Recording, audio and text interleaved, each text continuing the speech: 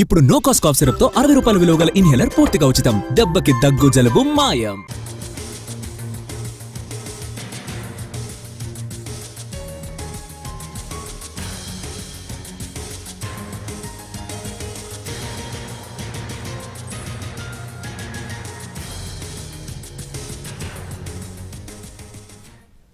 సైదాబాద్ బాల సదన్లో రెహమాన్ దారుణాలు ఒక్కొక్కటిగా వెలుగులోకి వస్తున్నాయి.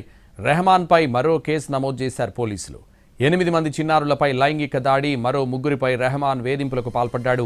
రెహమాన్పై ఇప్పటివరకు 3 కేసులు నమోదయ్యాయి. నిందితుడిపై పోక్సో యాక్ట్ కింద కేసు నమోదు చేశారు పోలీసులు.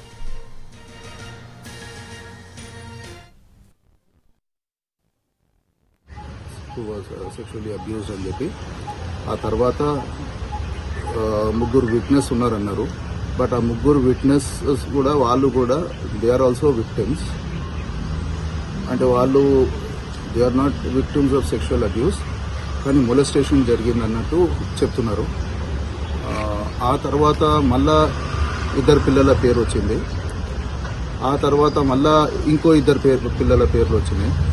టోటల్ 8 బాయ్స్ వరకు దాదాపు ఇప్పుడు మాకున్న ఇన్ఫర్మేషన్ ప్రకారము 8 బాయ్స్ అని చెప్పి తెలిసిందండి. ఇది పోలీస్ ఇన్వెస్టిగేషన్ స్టార్ట్ చేసిన తర్వాత పోలీస్ ద్వారానే బయటకు వచ్చింది. ఈ హెడ్ ఆఫీస్లో ఉంటుంది ఎంక్వైరీ ఆఫీసర్, ఎంక్వైరీ చేసి రిపోర్టు కమిషనర్ గారికి సబ్మిట్ చేయడం జరిగింది. రిపోర్ట్లో ఏముందో ఇప్పటివరకు అయితే నాకైతే తెలియదు.